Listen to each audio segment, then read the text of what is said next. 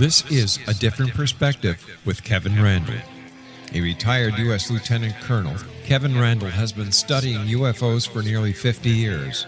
Kevin has investigated some of the most famous UFO cases in the world and has been consulted for dozens of documentaries about UFOs.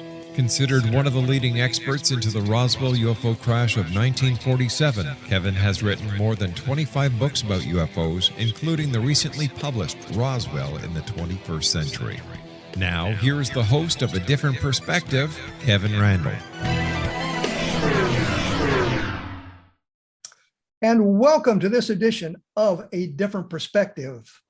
Normally, I have a rant, usually related to something ufological, but there's so much going on in the world that I'm so angry about, and I don't want to get political, so we'll just skip that.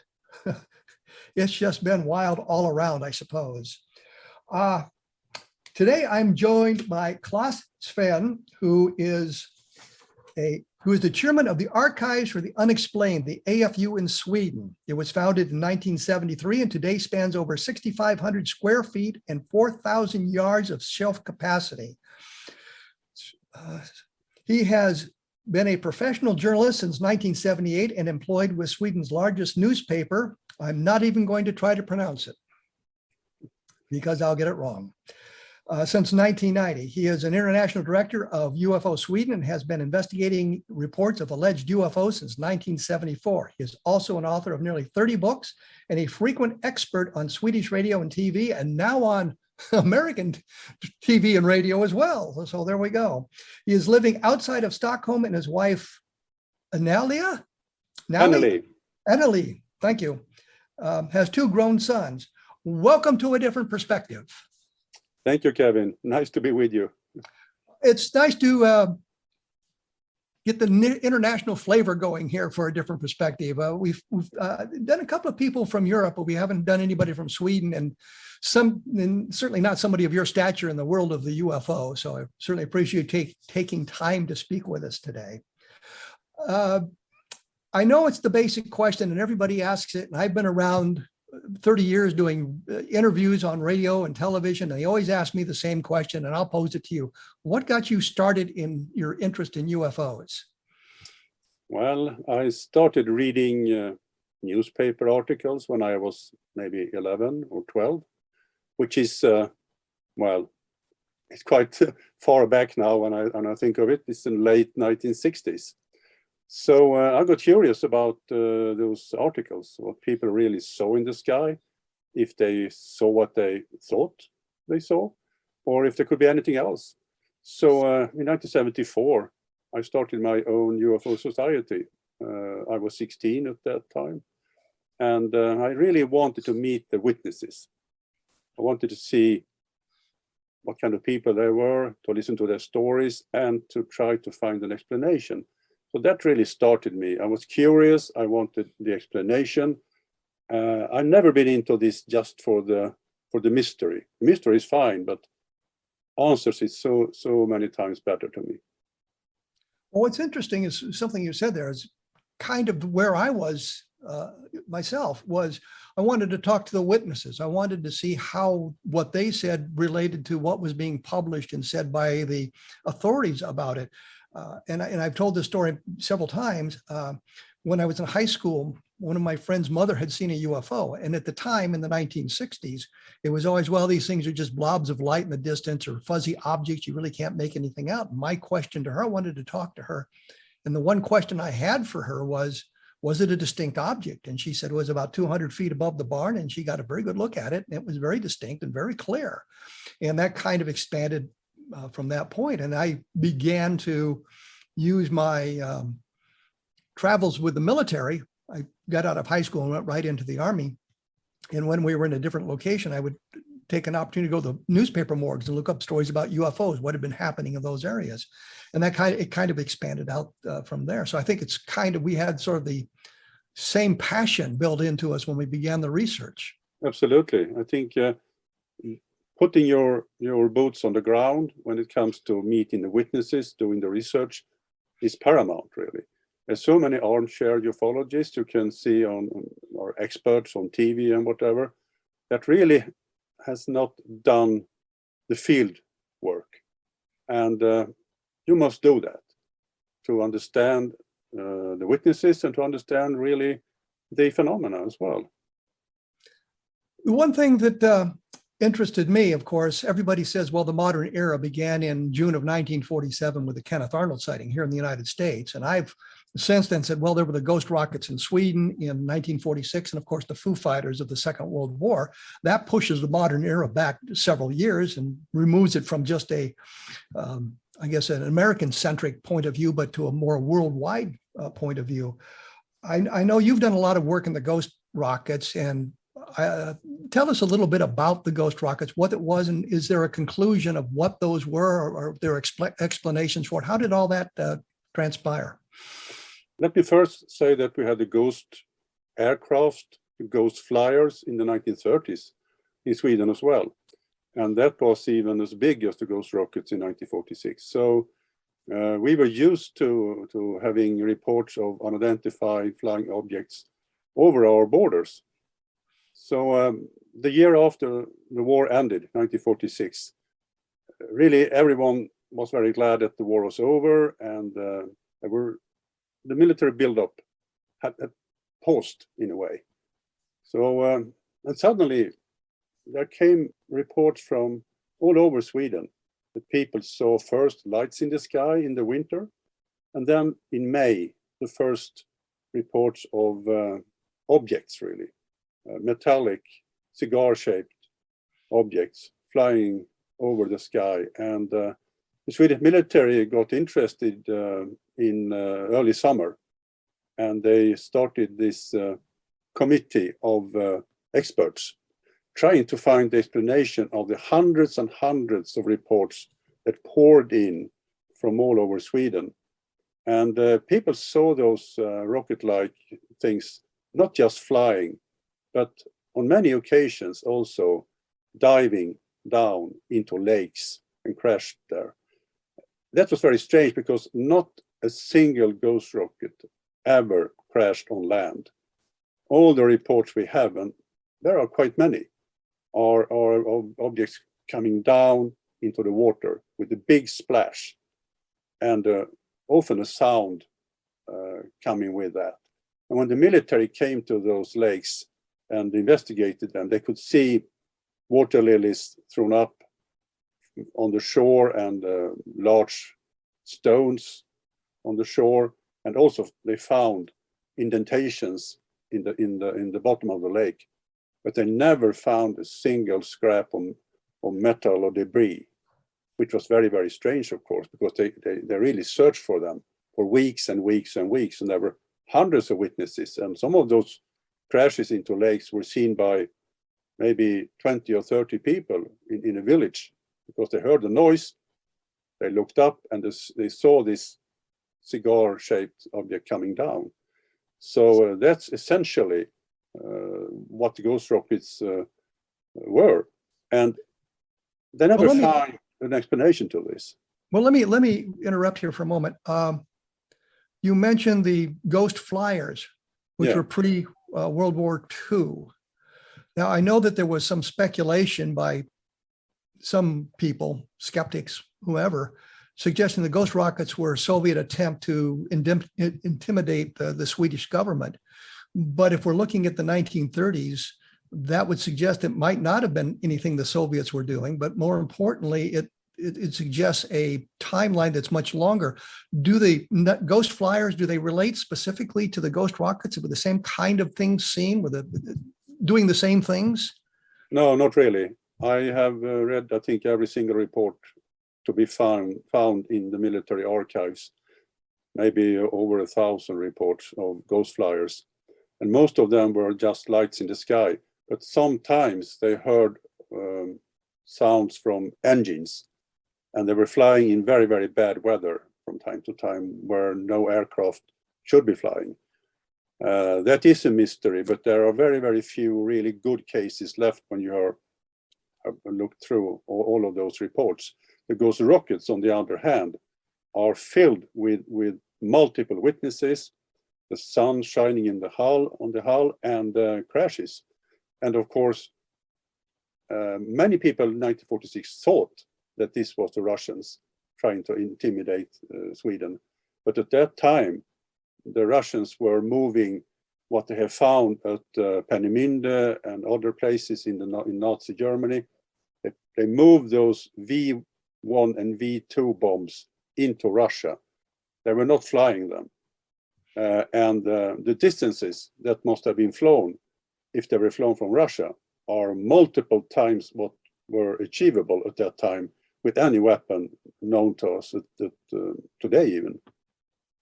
Have you had an opportunity to go through the Soviet archives or the former Soviet archives looking for anything that would tie it into the ghost rockets, or have any of your colleagues done that? Yeah, we have been trying to do that. I went to Moscow in the early 90s and we retrieved copies of the KGB files, but they were more recent from the 1980s and 90s. I have never found a single trace in Russian archives relating to the ghost rockets. What we have found abroad is from Washington, really, from your archives in the US, where we can see that the US military were very much interested in the ghost rockets because they thought it could be some kind of weapon that they would love to know more about. And this was kept under wraps quite a lot from the Swedish point of view. And you can read in former classified documents that the Americans should be kept out of this loop and not to be informed. The British were a little more informed. They were trying to get to Sweden as well to help out with radar units, trying to pinpoint where those ghost rockets came from. But the Swedish Prime Minister stopped that. So this was only done by the Swedish military in the end. Well, it's interesting, there was a fellow, Colonel Howard McCoy, who was an intelligence officer, who was involved with studying the Foo Fighters during the Second World War on a high-level committee. From what I've read, he was in the American embassy I guess in Stockholm, looking into the idea of the ghost rockets as well back in 1946, or reading the reports or doing what research he could as an attempt to help or understand what was going on. Have you come across his name, or are you aware of that sort of thing? I don't recognize his name right out of the top of my head now. That's interesting if you have something documented about him. I know the Americans were trying to get information from their Swedish colleagues within the intelligence community. And they did in 1948, because the ghost rocket wave didn't stop in 1946. It continued for many, many years. And in 1948, a ghost rocket crashed in a lake east of Stockholm, which was seen by the commander-in-chief, General Helge Jung, at that time. He was the sole witness. Another guy was witness too, but he passed away later on. But Helge Jung did see this, and that is the most high-ranking military I know of that has seen a UFO, really. And I assume they didn't find any wreckage from the one that crashed in the lake? No, but they spent a tremendous amount of resources trying to do that, and they didn't find anything. But he saw this was in broad daylight. It was flying quite slowly. It was turning.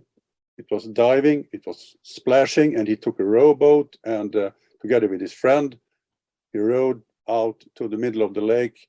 But it was 18 meters deep. I mean, it was very, very deep. So he couldn't see anything. But they were scanning this lake with divers for weeks without finding any trace of this ghost rocket. Well, we're going to have to take a break here in a moment. When we come back, I'll explore this a little bit more. I had read that the Swedish government, Swedish military, began to suppress the reports of the ghost rockets as it became sort of a big thing in Sweden in 1946, and that it seems that the idea is that the ghost rockets ended their attacks on Sweden in 1946, but you're suggesting it goes far beyond that time frame. I want to explore the idea of a suppression by the Swedish government, because we had sort of the same thing here in the United States, and see if we can get a little bit more deeper into that.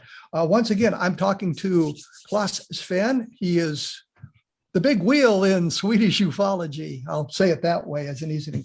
The website is www.afu.se, all lowercase, and that's for the Archives of the Unexplained, which I think is a fine project. We will be back right after this with more information from Sweden, so stick around. And we are back on A Different Perspective. I am the host, Kevin Randle, which I probably didn't say early on in case you hadn't figured out who the host was. I'm here with Clas Svahn. We are talking now about the ghost rockets, and when we went away, he had said something about them transcending 1946, going on long beyond that. And I think an awful lot of the research, at least as published in the United States, suggests the whole thing ended in 1946, but it turns out to be something of a misnomer. And the other thing that I was interested in, I had read that the Swedish military, the Swedish government began to suppress the reports of the ghost rockets in 1946 because it was causing a lot of anxiety in Sweden. I know the same thing happened in 1947 in the United States around July 9th. There's actually newspaper articles that said that the Army and the Navy moved today to suppress the stories of flying saucers whizzing through the atmosphere. So I wanted to explore both those ideas. First, do you have evidence? Did you notice that the Swedish government worked to suppress the idea of the ghost rockets? Well, no, not really. They tried to stop the newspapers from writing exactly where the observations were made, because they didn't want Russia or whoever they thought it was to know where those observations have been done. So many newspapers just wrote in the north part of Sweden or in the middle of Sweden and so on, but they never suppressed the reporting per se. So everyone could really write about it and report about it. And I can see from the military archives that there are very, very few observations that never surfaced in newspapers as well. So that they were not very successful in suppressing anything if they did try to do that. Well, you said an awful lot of the ghost rocket sightings were just lights in the sky, but there were many that showed some kind of an object as well. What did the objects look like exactly? Yeah, I mean, the lights in the sky were really observations in the nighttime and in the winter. But from May to August, September, loads of the observations were done in broad daylight. And there were really two different types of ghost rockets. One was this typical cigar with maybe 6-7 yards in length, with wings or without wings. So that are those two types you can refer to. And there were very, very few other kind of observations, which is strange. But when you are pouring through those 1,100 plus reports, which I have read every single one of, you do not find flying saucers, you do not find tic tacs, you do not find anything at all like that, which is strange. It should be more than just a rocket, but it wasn't like that. It was rockets and full stop. Well, when we say rockets, we think of basically a cigar-shaped craft, maybe with fins at the end of that sort of thing, and a flame coming out the rear, pushing it forward. Does that fit the description too? Were there people seeing the flames out the rear of the craft? Sometimes they could see flames and smoke, but in 90% of the cases, they couldn't see anything like that at all. But I spoke to one guy who filmed a ghost rocket. He was the owner of a film bureau in Gothenburg, and he was traveling to Stockholm, and he stopped together with a couple of friends to take a break. And he was filming in panoramas and filming his friends and whatever. And suddenly one of his friends were shouting, "What is that?" and pointed up in the sky. When he looked up, he saw this rocket, which he describes to me as, you can say, a Saturn V rocket flying like that with an exhaust after it, flying out from a cloud and into the next cloud. And he took his camera, put his telephoto lens on it, and he filmed the rocket flying over the sky for maybe a minute or so. And after that, they traveled to Stockholm, and they contacted the military, and they handed over this color film footage to the military. And they developed it, and the next day they were called to this meeting at the military headquarters. And the lights were dimmed, and the film started to roll, and it was completely blank. And there was nothing on it. And the man who took this footage, he tells me that when he changed to this telephoto lens, he didn't adjust for the brightness of the sky. So the f-stop was not right. So it wasn't something that the military did to destroy the film or anything like that. It was a mistake made by the cameraman. Yeah, that's what he tells me. And there were lots of military men in this auditorium, and they were very eager to see the film. So it wasn't really anything like it was a setup or something like that. It's very, very strange. And the interviews made by the military, every one of those three guys were interviewed. We haven't found them. We have found everything else, but not the film and not the paperwork regarding this case. So that must be placed in some different locality or in some different area that we haven't been able to reach. Well, I know going through the Project Blue Book files here in the United States, there's a mention of a number of films that have been taken, and we've seen some of them. They've made it into the public arena. There's also mention of gun camera films, and I think Ed Ruppelt, who was the chief of Project Blue Book at one time, yes, I know you know these things, it's for the benefit of the audience to identify some of the players, mentioned gun camera films from fighter planes, that sort of thing, and we haven't really found any of those. The question becomes, you've had an opportunity to go through the military archives there in Sweden. Have you found any other films or gun camera films or anything like that? Have you found anything, any photographs? I think we're in the same position as you are there. I know about at least one gun camera film, which a civilian pilot was shown together with a couple of military pilots that was taken in the 1960s. It was shot in the 1960s. And he saw that, and he saw those strange, also I think a little cigar-shaped objects were flying away from the Swedish fighter jet. But that film we have never been able to find. We have just the stories there. That's kind of strange that you seem to have the same sort of problems we have in the United States. We hear about these things. We see documentation suggesting that it exists. Documentation with a provenance, not something that has been sent to us anonymously, but people who were involved talk about that. Ed Ruppelt in his book, for example, talked about for the green fireball seen over the desert Southwest in the late 1940s, that they were going to put up cameras around to see if they could photograph these things. And at one point they did get one camera, I guess, operational and did get a photograph, but I've never been able to find the photograph. But yet in some of the official documentation, they talk about that. Seems like you're in the same position there in Sweden when you're talking about looking at the military archives and the available photographic evidence. And they are not so skilled as you may believe from time to time. I mean, in archiving stuff, we have found things in places that nobody had looked before. Things are misplaced. Not everything is a cover-up, of course, and people are just human.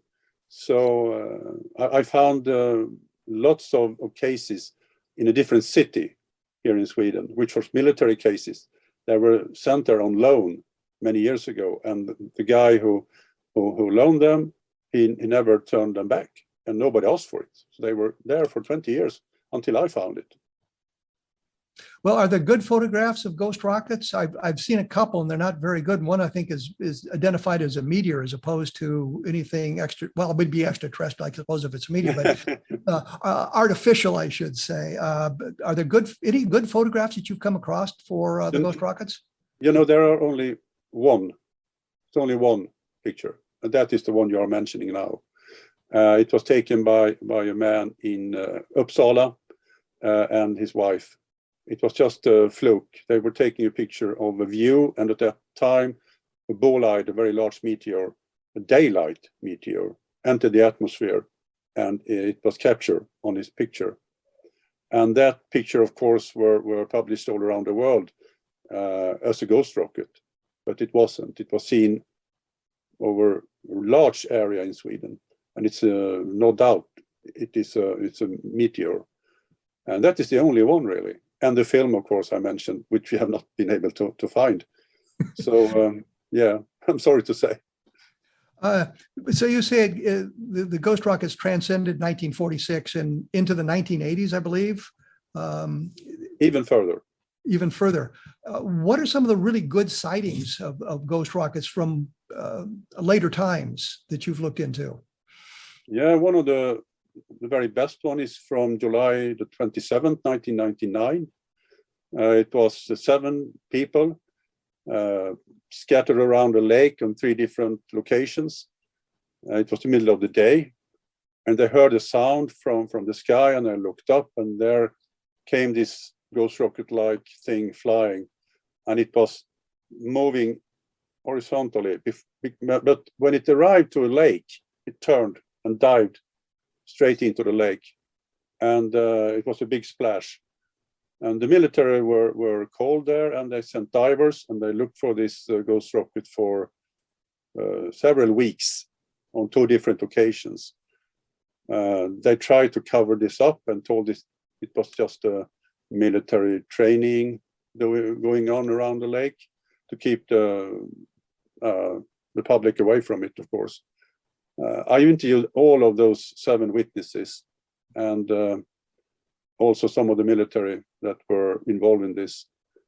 And we don't really know what happened, but they didn't find anything. It was a very strange thing because it was in daylight during quite a long time, maybe 15 or 20 seconds. This was observed before crashing. Well, we're talking about ghost rockets here and a cigar-shaped craft, in essence.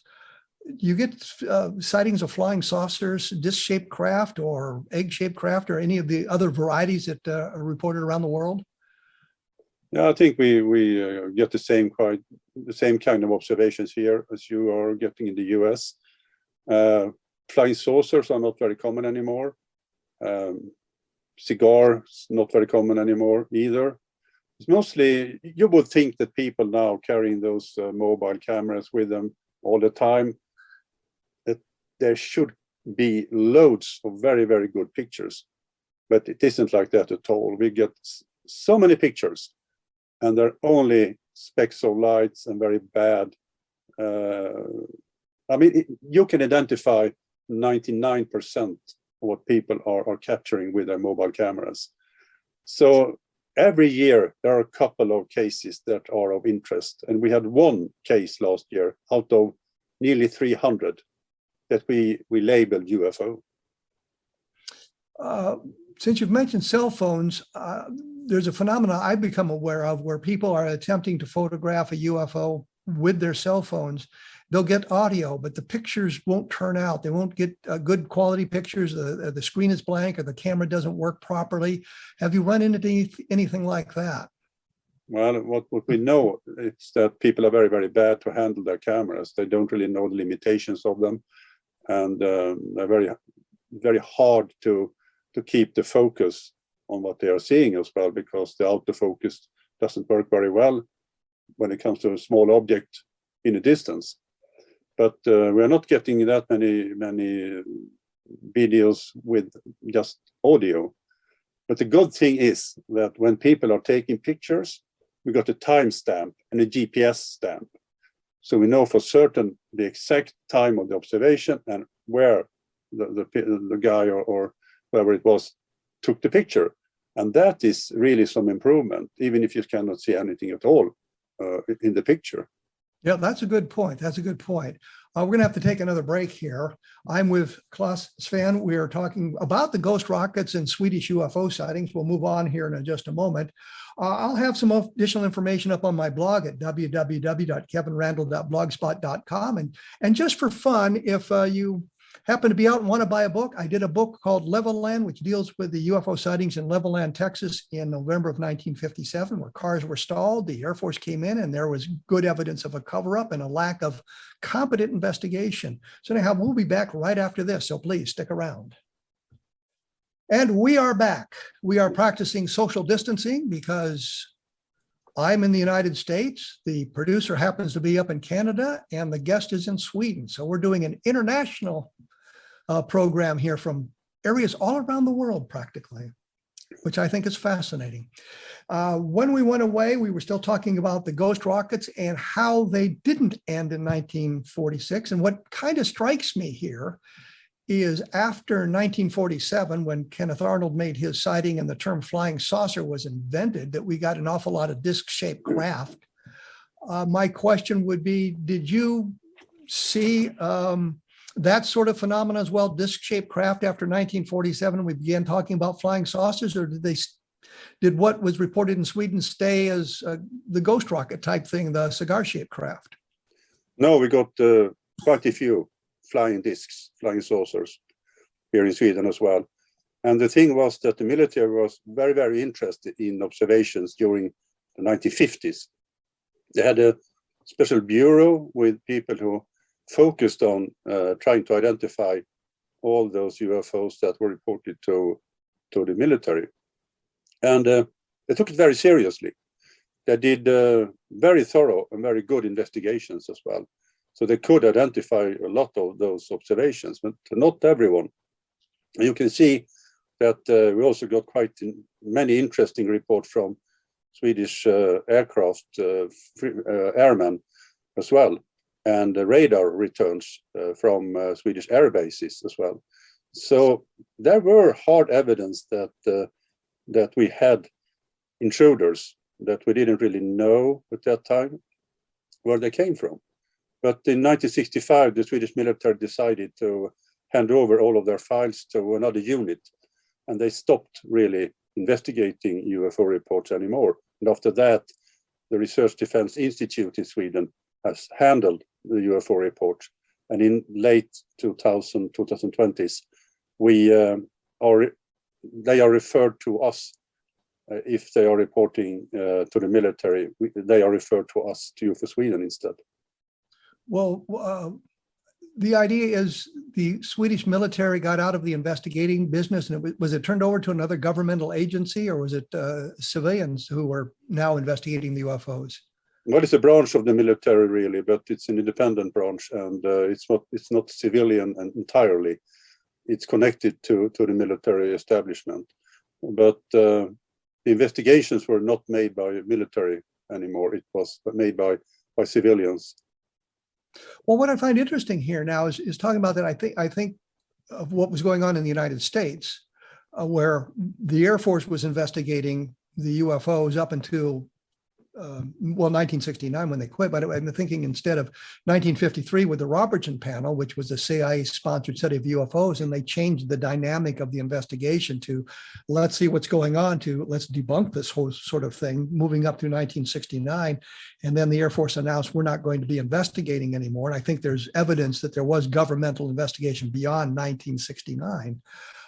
You're suggesting a Swedish pattern that is somewhat similar to that. In many ways, I should say.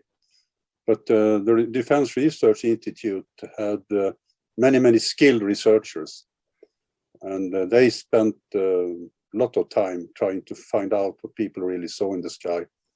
But nowadays, they have stopped that entirely. Was it your impression that the military in Sweden took it very seriously and continued to do serious investigations? You didn't see any evidence of incompetence or cover-up or anything like that in your research in their archives? No. On the contrary, they were quite skilled. Many of those involved, especially during the 1950s and 60s, they were very, very good. But also in the 90s and up into the 2000s, they were also quite good. They were interested. Many of those men and women who did those investigations, I have had trained during field investigation training courses as well. So we have had very good contact with them, and they know how UFO-Sweden work, and they are also very much into the same line of inquiries we are. They want to know what lies behind what people see in the sky. Well, I think the difference is the perception here in the United States that they attempted to create was there's nothing to it. And the people who see these things are not well-trained. They're not highly educated. They may not be the most sophisticated of people. It seems the Swedish attitude was somewhat different than that, looking for the answers.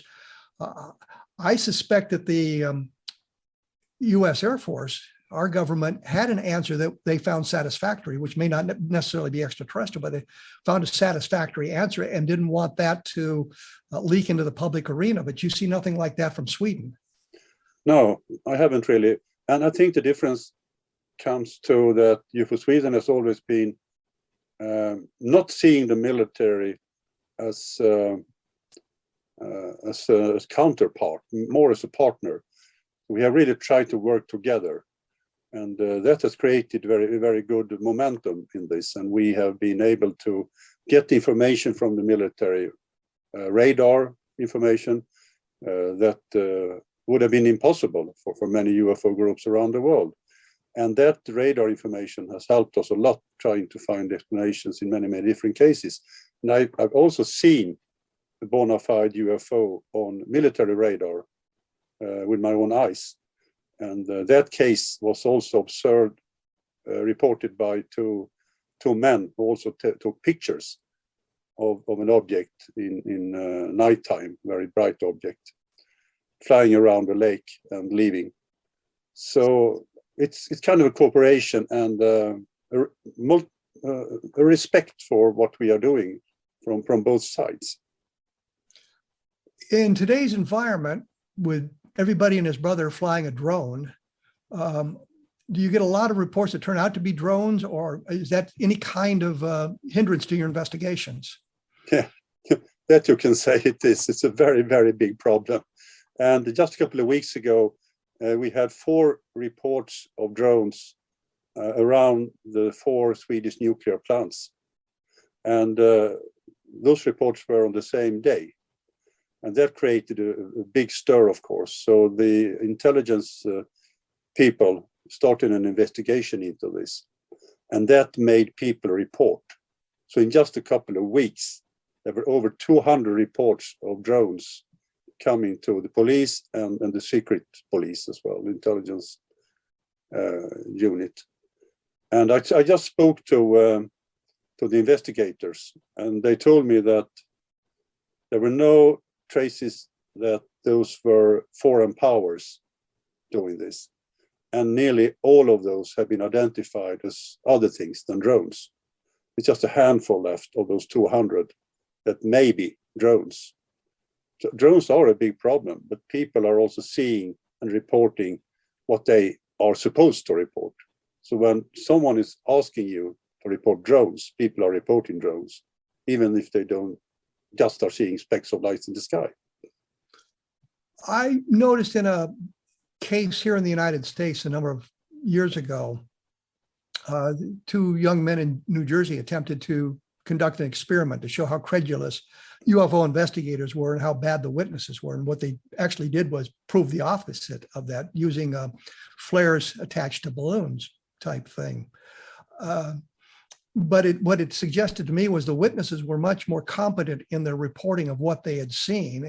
And it led to this idea of the flares attached to the balloon. I guess what I'm wondering here is, when they're talking about drones, do you get a good description of a drone type thing, or is it really kind of a ghost rocket with a new name attached to it, kind of like Tic Tacs became the new UFOs? I'm writing articles for my newspaper, of course, and I wrote one article that said that drones are the new UFOs, because UFOs is just a name and drones are just a name. So people are reporting what they don't really understand and they call it by name. And now it's drones. So what they really are saying that we really don't know what we saw.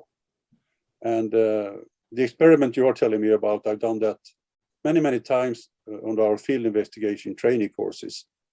And I'm not that positive when it comes to witnesses, I should say, because we have been flying things in front of people and they are failing in distance and in how long they are seeing this by 20 or 30 times, something like that.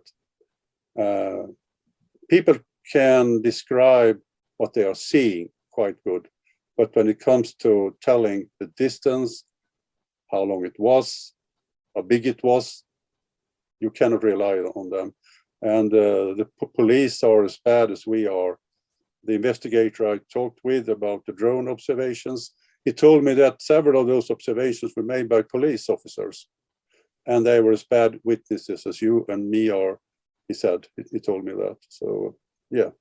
What I found interesting is during that experiment, there was a video that was on television, and the reporter was there interviewing the woman who had seen the thing.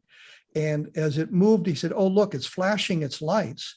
And she said, no, it's passing behind the trees. The trees were barren of leaves, and the flashing was caused by the branches sticking up in the way. And I thought that was quite astute of her to pick that up, as the reporter didn't notice it at all. So I think, suggested that, they're terrible at estimating the time. They're terrible at estimating distances and speeds, but the direct observation, here's the craft, here's what I saw. They're much more accurate in that respect. If they know their environment, yes. If they're at home, or if they know exactly what they could see in daylight, they are more accurate. But if you are in a place that are not really familiar to you, you are out on your own, really. And it's very, very difficult to know if there are trees there or not. I think it's a problem. Well, I think the question becomes, so we're talking about drones, but some of the drones are actually not drones, they're something else. That's where you're going with this, I believe. Yeah, absolutely. And do the descriptions match the ghost rockets from the past, or are the descriptions somewhat different in today's environment? Most of those drone reports are just lights in the sky in nighttime. So not a single report has been described as cigar-shaped or anything like a ghost rocket. It was quite a few years ago I stumbled upon a ghost rocket sighting again. So I think in the 1990s, we investigated maybe 40 or 50 ghost rocket observations. But in the 2000s, very, very, very few. So we got drones kind of influencing the research in an adverse way, I suppose. And you say it's just lights in the sky and that sort of thing. In the 1990s, we got those Chinese lanterns, which really was the same problem as the drones are now for us. People saw those flying informations, and there were loads of them here in Sweden. I think we got a couple of hundred reports some years of Chinese lanterns. I don't know if you have reports of Chinese lanterns in the US, but here they are quite a big problem, were a big problem. We've run into that as well, the Chinese lanterns causing UFO sightings.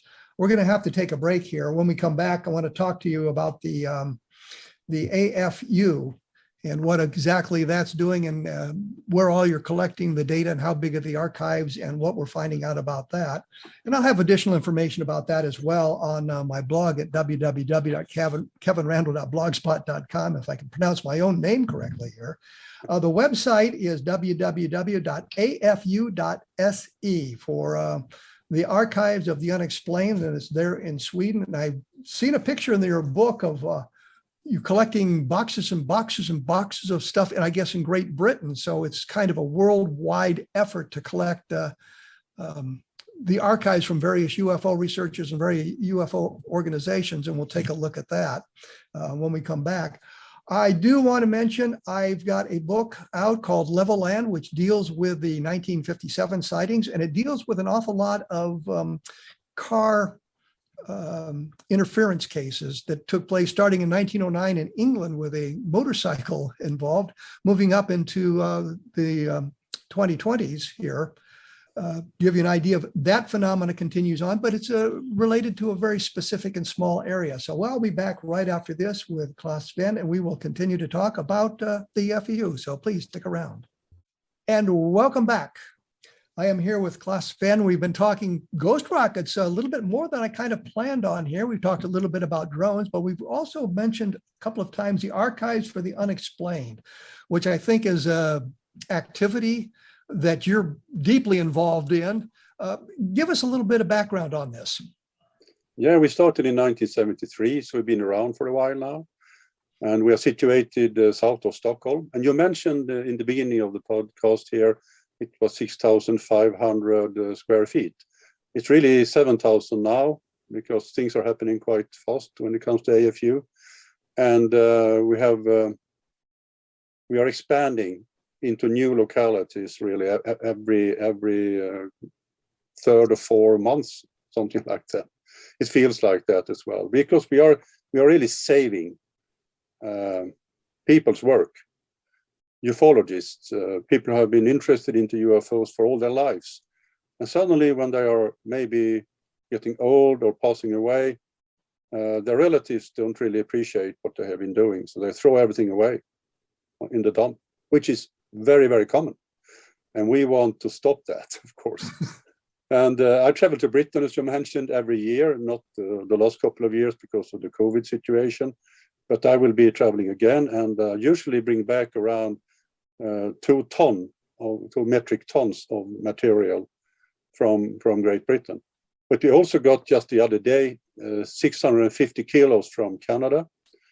And we have been saving loads of archives from all around the world, even from the US. We have a large part of the Wendell Stevens collection, for instance, at AFU, very well-known ufologist who passed away some years ago.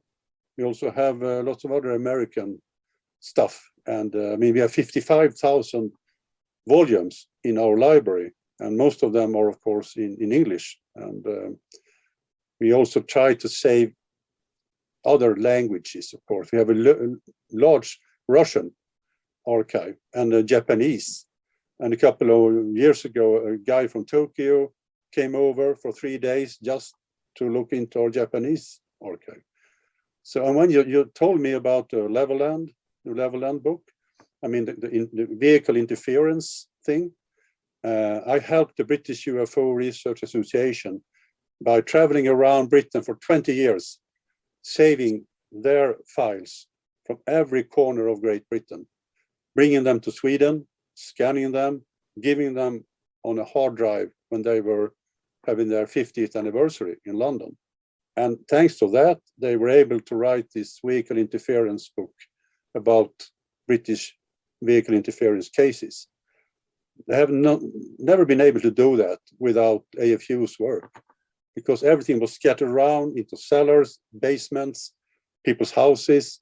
And I was there, and I will go there again this spring. I have 100 boxes waiting for me in London and lots of other places around Great Britain. Hugely important material from researchers that have spent all their lives doing this.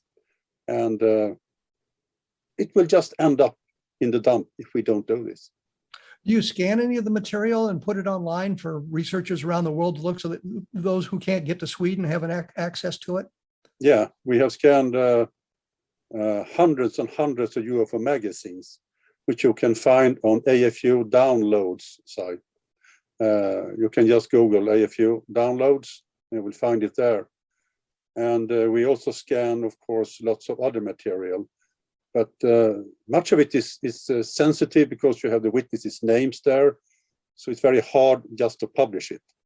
But we help researchers who are asking for material all the time. And we are scanning every day. But we are living under an avalanche of material. So it's hard to keep up the pace. We have 1 million newspaper clippings, just to mention one thing. But they're not just in Swedish or No. German Most or of it, French. It's a worldwide, lots of English material there as well. We have a very, very large Spanish archive.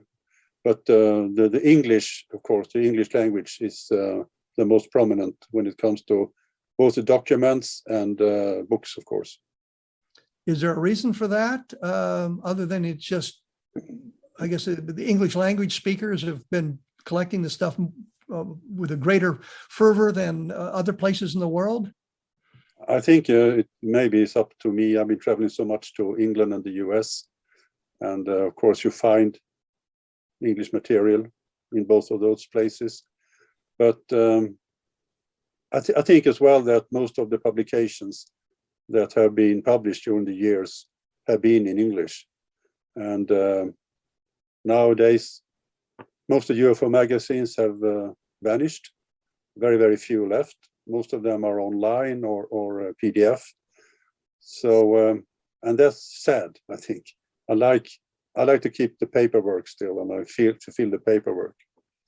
You're aware, I'm sure, that QFOS, the Center for UFO Studies, has a scanning project as well going on. Have you worked with David Mahler and Mark Rodiker on sort of sharing information and getting it located in both places, electronically and digitally, or is that something that's in the future? Yeah, I know both of those gentlemen, of course, and I visited QFOS many years ago and looked through their files, which were very impressive. And we are planning to do something together in the future. And I really hope that we can do it in a way that can help to benefit researchers all around the globe. Because as it is by now, it's very hard for researchers to find a collection that spans all over the international arena. Different countries have their own files, of course, but AFU is the only archive in the world that really tries to keep this global. So, and that we're very proud of. And I think we are the largest one as well. I will travel to Houston in a couple of weeks to give a presentation at Rice University about AFU, because they have this symposium about archives of the unexplained. So that I'm very much looking forward to. So you're working with other people who are kind of archiving the material as well around the world. Yeah. I've got a digital copy of the Project Blue Book files, which I'm sure you've got as well.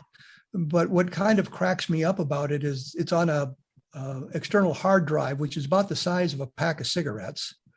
And I am carrying around in my pocket the entire Project Blue Book files that I could access by plugging it into any computer that's available.